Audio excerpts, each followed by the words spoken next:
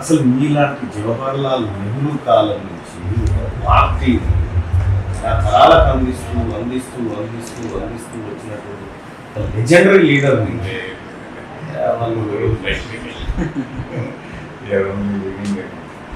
అంటే మీ ఆ టైంలో కష్టపడ్డాను. ఆ టైంలో ఇక్కడే కాదు, లెఫ్టిస్ట్ మూమెంట్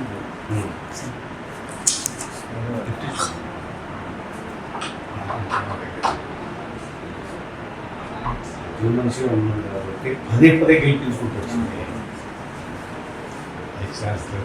యూనివర్సిటీ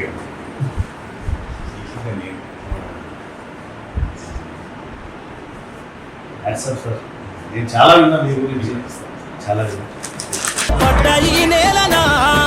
తిరుగుబాటు గొంతైగా వెలిండుర తిమ్మరు మల్లల్లా యుద్ధం మిగిలే ఉన్నది ఉద్యమ నేలనా అహసిద్ధం మన్నది మన తెలంగాణలోన అమర వీరుల త్యాగంపై ఏర్పడ్డ ఈ నేలనా తిరుగుబాటు గొంతైగా వెలిండుర తిమ్మరు మల్లల్లా తిరుగుబాటు గొంతైగా వెలిండుర తిమ్మరు మల్లల్లా తిరుగుబాటు గొంతైగా వెలిండుర తిమ్మరు. కలెక్టర్లు కూడా ప్రతిపాదన ఇవ్వడం జరిగింది. లాస్ట్ టైం శశంకర్ గారు కూడా సానుకూలంగా స్పందించారు. జ్యోతిరావు పూలే భవన్ అనేది మాకు ఇక్కడ ఖచ్చితంగా ఏర్పాటు చేయాలని మేము కోరడం జరిగింది. దానికి తగిన స్థలం కూడా చూపిస్తామని మరి ప్రెజెంటేషన్ తీసుకోవడం, అప్పుడు ఉన్న శాసనసభ్యులు కూడా దానికి సరే ఖచ్చితంగా చేయాల్సిన అవసరం ఉందని కూడా తెలియజేయడం జరిగింది. దాని తర్వాత జరిగిన పరిణామాల వల్ల ఈ ఎలక్షన్స్ రావడం అది ముందుకు పోలేదు. ఇలా మన ప్రభుత్వం, మీరు ఎమ్మెల్యేగా ప్రభుత్వ విప్గా మన గవర్నమెంట్ ఉన్నది కాబట్టి ఒక్కసారి దాని మీద మీరు సానుకూలంగా ఆలోచన చేయవలసిందిగా మేము సవినీయంగా కోరుకుంటున్నాం సార్. అదేవిధంగా నేను ఇప్పటి వరకు జిల్లాలో ఒక గొప్ప బీసీ నాయకుని ఎక్కడ చూడలేదు. నేనున్న వయసులో ఎక్కడ అవకాశాలు ఎక్కువ శాతం సరే కరెక్ట్గా కలుపుతారనుకుంటాం. మరి ఇదివరకు బీసీఏలు వాళ్ళకి ఎంతమందికి వచ్చినాయి చూపి అంటే అది చెప్పాలి. ఇదివరకు ఉన్నోడికి అయితే రావాలి కదా, అది లేదు సార్. అది అట్లా పెడదాం, ఇంకా నడవాలి. బీసీలకు ఖచ్చితంగా కార్పొరేషన్ కావాలి. ముదిరాజులకు కార్పొరేషన్ కావాలని పెట్టి, ముదిరాజులకు కార్పొరేషన్ మాకు అది కావాలి, మాకు ఇది కావాలంటే మీ ఇంటి పేరులోనే రాజులే ఉండే ముదిరాజు. రాజులు అడుక తింటారని అడిగిన రాజులు అడుక తింటారా? ఇటువంటి అన్ని వాళ్ళకి చెప్పినట్టు మీరు చాలా పవర్ఫుల్ అయ్యా, మీ శక్తి మీకు తెలుస్తలేదు, మీరు ఎంత తప్పులో మీకు తెలుసా అని చెప్పి వాళ్ళని ఆ రకమైన చైతన్యం చేస్తే ఇలా ఆడ ఈడ రోడ్డుకి మొత్తం ముదిరాజులంతా జై జై. సరే అది కోట్ల డబ్బు దాకా పోలే వాళ్ళకి ఇంకో ఇంజక్షన్ ఉంటుంది, అది ఇయ్యని ఇవ్వడు సరిగా, అది కడిగి దాకా పోయి ఆగిపోయింది. ఇట్లా ఎవరికి వారు చైతన్యపరుచుకునే విధమైనటువంటి అంశాల మీద దృష్టి పెట్టాలి. వాటినే బీసీలంతా మీటింగ్ పెట్టుకున్నారు, అందరికి భోజనాలు ఉన్నాయి, చారు పంచారు తిని బీసీల ఐక్యత వరదిల్లాలని పోయి ఇట్లా కనబడుతుంది కదా. ఇక మళ్ళీ నాడు మళ్ళీ మీరు మీటింగ్ పెట్టినప్పుడు మళ్ళీ నాడు వచ్చి మళ్ళీ ముఖ్య అతిథిని గౌరవించుకొని బొకేలించుకొని క్యాలెండర్ ఆవిష్కరణ వరదిల్లాలి పోయి పడ్డాలి. ఇదే కదా జరిగిందంతా. ఒక మీటింగ్ జరిగితే దీని అవుట్పుట్ ఏంటి, బయటికి రావాల్సింది ఏంటి, సమాజంలోకి ఆడిటోరియం నుంచి ఒక అంశం పోవాలి కదా. ఏం అంశం పోతుంది నుంచి, ఏ అంశం బయటికి పోతా ఉంది, ఇలా ఎక్కడ చర్చ జరగాలి? ఇవాళ భారతదేశంలో ఒకే ఒక్క మనిషి రాహుల్ గాంధీ గారు మీ కులాన్ని లెక్కబెట్టి మీకు ఇస్తా అంటున్నాడు. ఎవరి ఆలోచన ఉందా మనకి? ముదిరాజు ఎంతమందో లెక్క పెట్టా అంటున్నాడు, మున్నూరు కాపులు ఎంతో లెక్క పెట్టా అంటున్నాడు, గౌడ్స్ ఎంతమంది ఉన్నారో లెక్క పెట్టా అంటున్నాడు. ఎవరన్నా ఈ పని చేసినా? ఇటీవల కాలంలో కేసీఆర్ చేసిందా? ఎవరు లేదే. నీ కులం బలం ఎంతో లెక్క పెట్టి నీ చేతులు పెడితే హీరో ఎదుగుతా ఉండవు అన్నట్టు, అందుకోసం పెట్టలే. ఇప్పుడు కాంగ్రెస్ పార్టీ రాహుల్ గాంధీ గారు ఆ మాట చెప్పిండు, నీ కులగణన క్యాస్ట్ సెన్సస్ చేసి నీకు ఇస్తాను. మరి అలా ఈ బీసీల కోసం ఆలోచిస్తూ ఈ అన్యాయమైనటువంటి బీసీలకు న్యాయం కలగాలని న్యాయయాత్ర చేస్తున్నటువంటి రాహుల్ గాంధీ గారి ఆలోచన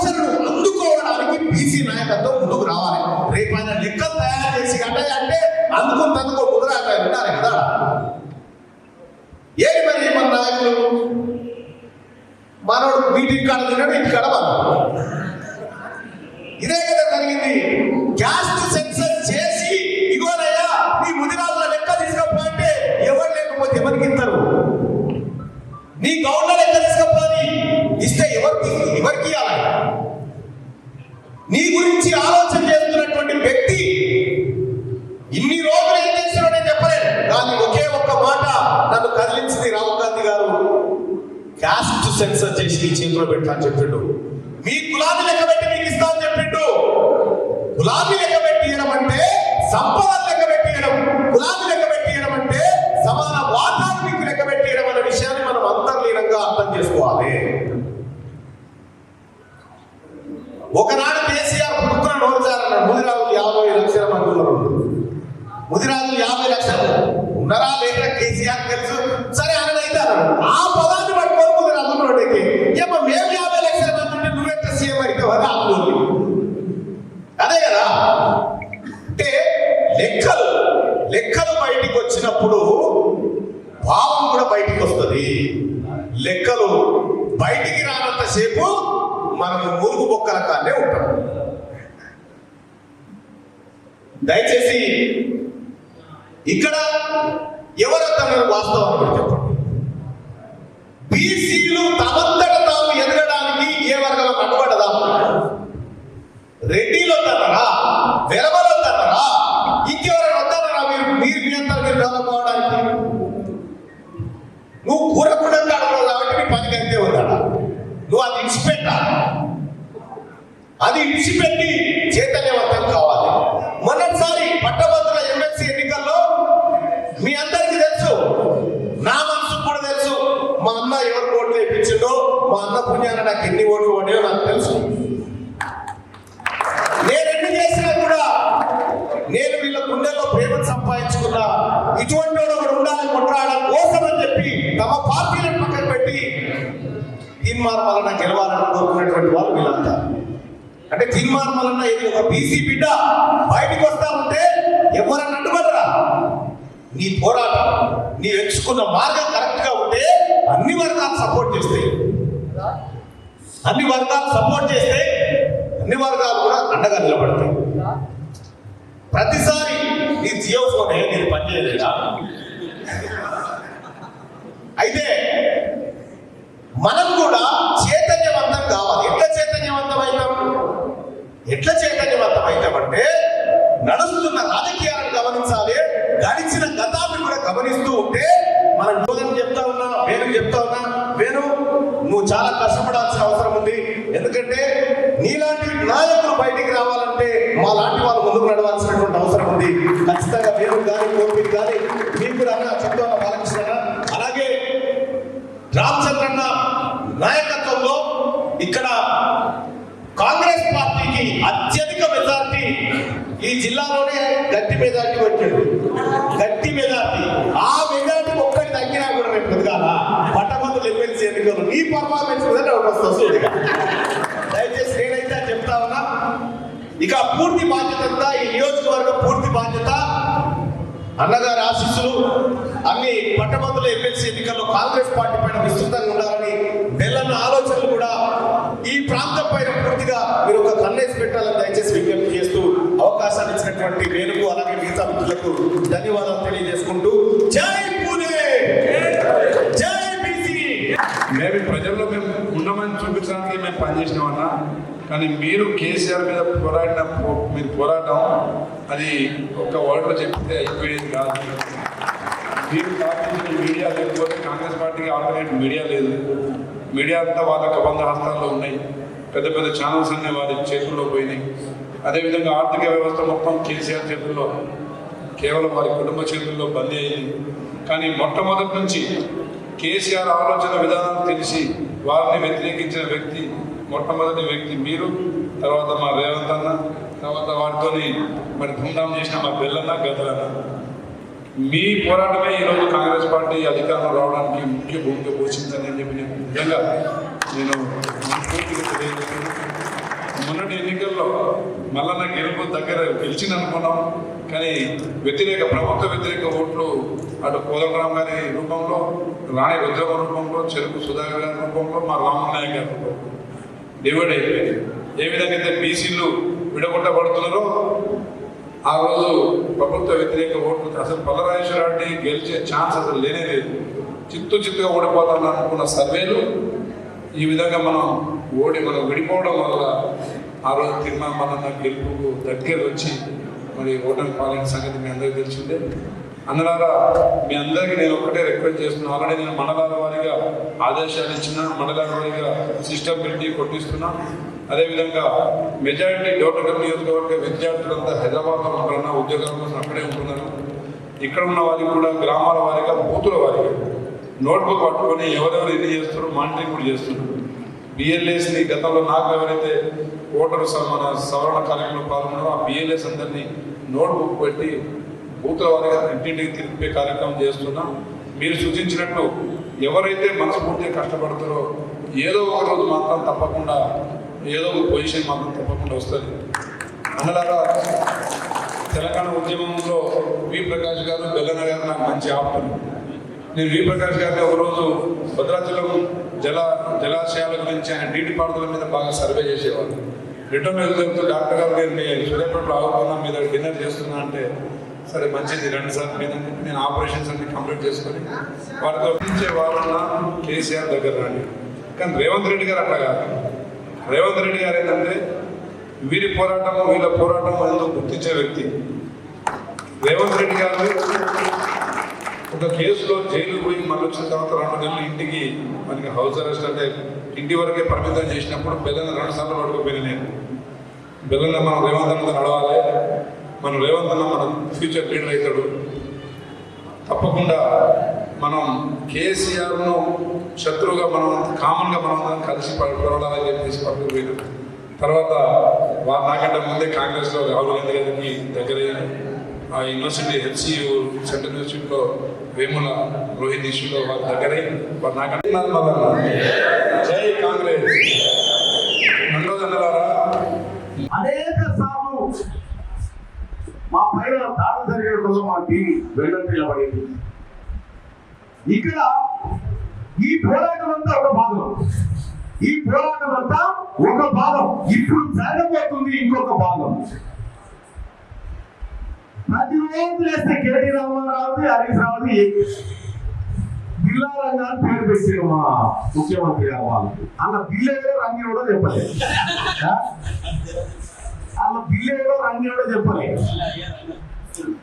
బాబా మన బిల్ల రంగాన్ని పెట్టాడు. ఆయన శోభరాజు, చార్లెస్ శోభరాజు అని తండ్రి గారికి ఇచ్చిండు. ఆ పిల్లలు ఆయన అంకితం.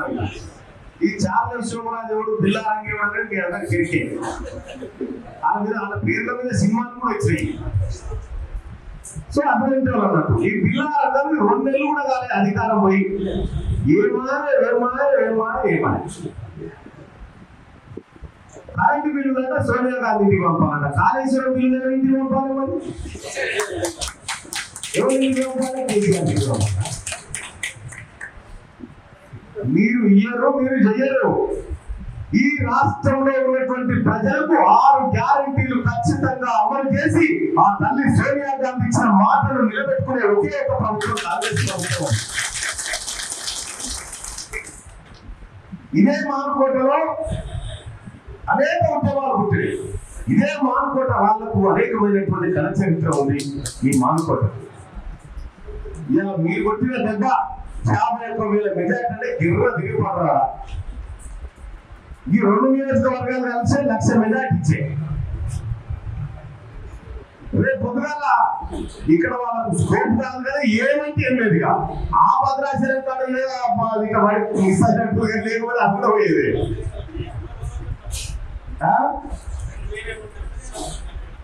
అవునా? 60 రోజుల నుంచి నిమ్మకం కూడా ఇప్పుడు భద్రాచలం ప్రజలు కూడా ఇతరుపురం కడవాయని అంటారు.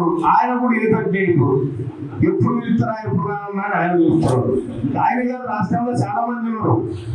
చాలా మంది మేము వస్తామంటే మేము ఇక్కడ రోజు మా పిల్లలు అంతా శ్రీకాకుళం కూర్చుంటే వచ్చి ధర చేస్తారు. మనం ఎప్పుడు తీసుకుంటారు.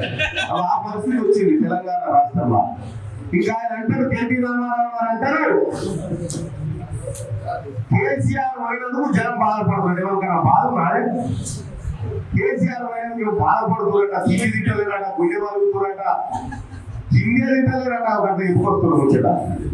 ఏమన్నా తిండి సంగతి ఇప్పుడు అసెంబ్లీలో నిన్న మొన్న చూసిరు కదా. నిన్న మొన్న రేవంత్ అన్న ఉన్నంత సేపు ముఖ్యమంత్రి లేక కూర్చోడు, ఆయన లేచేయడం కలుపుతాడు. ఆయన తెర్రాక సాయంత్రం వస్తారు మళ్ళీ కాయకాయ అంటారు. ఇక మరి సరే అసెంబ్లీలో చూడాలి కానీ మరి మండలికి మేము వచ్చినాక ఎట్లున్నావు అప్పుడే అంటారు. ఆ కవిత ఉంది, ఇంకా ఆ కవిత ఉంది. కాబట్టి ఒకటి, కాంగ్రెస్ పార్టీ ఎవరి మీద కక్ష సాధింపులు పార్టీ కాదు. కాంగ్రెస్ పార్టీ ప్రజలందరి సంక్షేమాన్ని కోరే పార్టీ. మేము కేసీఆర్ సంక్షేమాన్ని కూడా కోరుతాం. ఎందుకంటే మొన్న 20 పడితే పరామర్శ పోయింది మా ముఖ్యమంత్రి రేవంత్ రెడ్డి గారు పోయి ఆ కొడుకు కంటే ఎక్కువ బాధపడ్డాడు. నువ్వు జల్దీ కోరుకోవాలని కోరుతున్నాడు. ఆయన ఏమంటుండు, మొన్న కేటీఆర్ ఏమంటుండు, అదానికి కలిసిండు రేవంత్ రెడ్డి, దీని మాత్రం ఏంటంటారు. మరి మీరు ఆయన కూడా కలిసారు కదా, దీని మాత్రం ఏంటి? రేవంత్ రెడ్డి గారు ఇట్లా అంటారు అన్నట్టు. మరి ఇవన్నీ కథలు చెప్పాలంటే మరి ఉండాలి కదా. ఆ ఉండాలంటే మీ ఓట్లు నమోదు కావాలి. ఓట్లు నమోదు అనేది చాలా కీలకమైన ప్రక్రియ. కాంగ్రెస్ పార్టీ కార్యకర్తలకు ప్రతి ఒక్కరూ బాధ్యతగా తీసుకొని, నాకు తెలిసి మొన్న రేపు పెడుతున్నట్టున్నారు మీటింగ్, రేపు బాధ్యతలు అప్పచెప్పి నియోజకవర్గ ఇన్ఛార్జ్ ఏర్పాటు చేసి తద్వారా మండలాలు, టౌన్ ప్రతిరోజు మానిటరింగ్ చేసేటువంటి వ్యవస్థను తీసుకొని, అదన్నా నీ పూర్తి బాధ్యత ఉంటుంది. ఎందుకంటే ఇదివరకు సాటు చెక్కసాటు చేసుకున్నాం మనం మద్దతు, కానీ ఇప్పుడు నిజంగానే చేయాల్సిన పరిస్థితి వచ్చింది. కాబట్టి అంటే ఒక అంజననే కాదు, వీళ్ళందరూ చేసారు. అప్పుడు ఏది మొదటిసారి పట్టభద్రులు ఎమ్మెల్సీ ఎన్నికలు, ఈసారి టీఆర్ఎస్ పార్టీ అభ్యర్థిని ఎవరిని పెడదాం అమ్మాలన్న మీద ఎవరిని పెట్టినా లాభం లేదు. ఈసారి ఖచ్చితంగా మళ్ళా నీ చేతి ఎత్తుకొని పోతాడు. కనీసం డిపాజిట్ అన్న రావాలి అంటూ డిపాజిట్ తెచ్చేటోడు లేక ఇప్పుడు ఈ తెలంగాణ రాష్ట్రంలో ఎంపీ సీట్లను కాంగ్రెస్ పార్టీ కొడుతుంది, ఎమ్మెల్సీ సీట్లను కూడా కాంగ్రెస్ పార్టీ కొడుతుంది. టీఆర్ఎస్ రాదు, ఉన్నదల్లా వారు వన్ సైడ్. కాబట్టి మీరిద్దరు ఏమన్నా పోటీ పడి, మీరు మురళన్న గారు పోటీ పడి నేను ఎక్కిస్తా అంటే నేను ఎక్కిస్తా అని కృష్ణాంగా ఒకే డిఫరెంట్ జరగవచ్చు. కానీ మొత్తానికైతే ఎట్టి పరిస్థితుల్లో మెజార్టీ తగ్గకూడదు. ఇక్కడ ఈ మైబాద్కు సంబంధించినటువంటి ఓటర్లకు సంబంధించి గతంలో చాలా మంది ఇక్కడ ఓటర్లుగా అత్యధికంగా ఓటర్లు నమోదు చేసినటువంటి వాళ్ళు మిత్రుడు సురేష్ కానీ, ఆ తర్వాత అంజన కానీ, ఆ తర్వాత మురళన్న కానీ, అందరూ సమన్వయపరుస్తూ అందరూ అత్యధికంగా ఓటర్లను నమోదు చేయాల్సినటువంటి బాధ్యతను గౌరవ ముఖ్యమంత్రి గారు మీకు చెప్పమని కోరారు. కాబట్టి ముఖ్యమంత్రి గారి ఆదేశాల మేరకు, ముఖ్యమంత్రియే పిసిసి చీఫ్ కాబట్టి ఆయన సూచన మేరకు కాంగ్రెస్ పార్టీ విస్తృతమైన సభ్యత్వాలను నమోదు చేయాల్సిందిగా ఒక మాట కోరుకుంటూ, ఇక నాకైతే పెద్ద డౌట్ ఏం లేదు, ఉమ్మక్క గారు ఇట్లా పోయేస్తే లాభం అయిపోతుంది. ఎందుకంటే ఓట్స్ అయితే జమ చేయగలుగుతారు ఉమ్మక్క. ఇక మురళన్న సంగతి సరే కాబట్టి మొత్తానికైతే ఒక మంచి అద్భుతమైనటువంటి 2 నియోజకవర్గాల్లో ఇక్కడ భారీ మెజార్టీలు సాధించుకుంటే ఏదో ఒక తాను ఒక అరకాడేరు గండి పడితే పడదా, గండే పడదని చెప్తున్నా ఉన్నారు. మరి సురేష్ అన్న ఇదంతా పక్కనే మరి అంజనా, ఇది ముఖ్యమంత్రి గారి మాట పదే చెప్పుకున్నాడు. ఓటరు నమోదు అనేది చాలా సీరియస్ గా చేయమని చెప్పిండు. గౌరవ ఎమ్మెల్యే గారు కానీ, గౌరవ ఉమ్మక్క కానీ, ఇప్పుడున్నటువంటి నిప్పు గారు కానీ, వీళ్ళందరినీ ఒక కంట కలిపెడుతూ కూర్చొని పిల్లలు కానీ, అలాగే ఇది అప్లికేషన్ ఫామ్ ఆఫ్లైన్ లో చేసుకునే వాళ్ళు ఇది అప్లికేషన్ ఫామ్ ఇగో వాళ్ళిద్దరికి సెలవు మీ ఇద్దరు పడుకోవచ్చు. ఎందుకు చెప్తున్నా అంటే చూపి ఇగో ఇవి ఆఫ్లైన్ లో చేసుకునేటువంటి అప్లికేషన్ ఫామ్లు. ఈ ఫామ్ల ద్వారా మీరు వార్డు వైజ్ ఇస్తారా, మండల వైజ్ ఇస్తారా, ఫామ్ ప్రింట్ తీసి వాళ్ళకి ఇవ్వండి. ఇచ్చి ఈజీగా ఎంఆర్ఓ దగ్గర మీరే కూర్చుండబెట్టి మీరు ఆదేశాలు ఇచ్చి వాళ్ళ ఓటర్లు నమోదు చేయాల్సినటువంటి బాధ్యతలు అయితే మన మీద క్లియర్ గా ఉంది. ఇది రేవంత్ అన్న ఆదేశం, ఇది సీఎం గారి ఆదేశం, పూజా తప్పకుండా పాటించాల్సిందే. ఇప్పటికే ముఖ్యమంత్రి గారు 2 సార్లు అడిగిండు ఎంతవరకు వచ్చిందని. మరి నేనైతే మీ మీద భరోసా తోటి నాకు అప్పగించిన పని దిగ్విజయంగా సాగబోతుందన్న విషయాన్ని నేను చెప్పబోతా ఉన్నా. గౌరవ ఉమ్మక్క గారు ముళ్ళన్న లేనందుకు డబ్బులు బాధ్యత అయింది నీ మీద. ఇప్పుడు డబ్బులు బాగా అయిపోయింది, ఇప్పుడు పుచ్చుకొని చూడాలి, అప్పుడు చూడాలి. కానీ మొత్తానికి అయితే ముళ్ళక్క భారీ స్థాయిలో రిజిస్టర్ కావాల్సిన ఓట్లు అదే మెజారిటీ. మీ పర్ఫార్మెన్స్ కూడా పట్టభద్రులు కూడా ముళ్ళన్న నాయకత్వాన్ని ఆ పరిపాలన విధానాన్ని మెచ్చుకుంటా ఉన్నారనే విధంగా రామచంద్రన్ అంటే ఆల్రెడీ చెప్పేసిండు. ఆయన టార్గెట్ లో ఆయన ఉన్నాడు, మీ టార్గెట్ లో కూడా మీరు ఉండాలి. ఎందుకంటే ఇద్దరు డాక్టర్ సార్లు మీకు కోసుడు తెలుసు, మూసుడు తెలుసు కాబట్టి ఇద్దరు డాక్టర్లకు మంచిగా చెప్పారు ఇక్కడ. నిజంగా జనము ఇద్దరు డాక్టర్లనే పట్టుకొచ్చారు, ఇద్దరు సాధ్యంలే. కాబట్టి టిఆర్ఎస్ పార్టీకి ఆల్రెడీ పోస్ట్ మార్టం చేసినారు కాబట్టి దయచేసి మహబాద్ జిల్లాలో ఉన్నటువంటి పట్టభద్రులారా, గౌరవ ముఖ్యమంత్రి గారు పిసిసి చీఫ్ అధ్యక్షుల వారు పట్టభద్రుల ఓటరు నమోదు కార్యక్రమంలో కాంగ్రెస్ పార్టీ కార్యకర్తలు విస్తృతంగా మరొక అంటే ఫిబ్రవరి 6 తారీఖు వరకే సమయం ఉంది కాబట్టి అందరూ విస్తృతంగా పనిచేసి నమోదు చేయాల్సిందిగా మీ అందరినీ డాక్టర్ రామచంద్ర నాయక్ గారిని వేదికపై రావాల్సిందిగా ఆహ్వానిస్తున్నాం.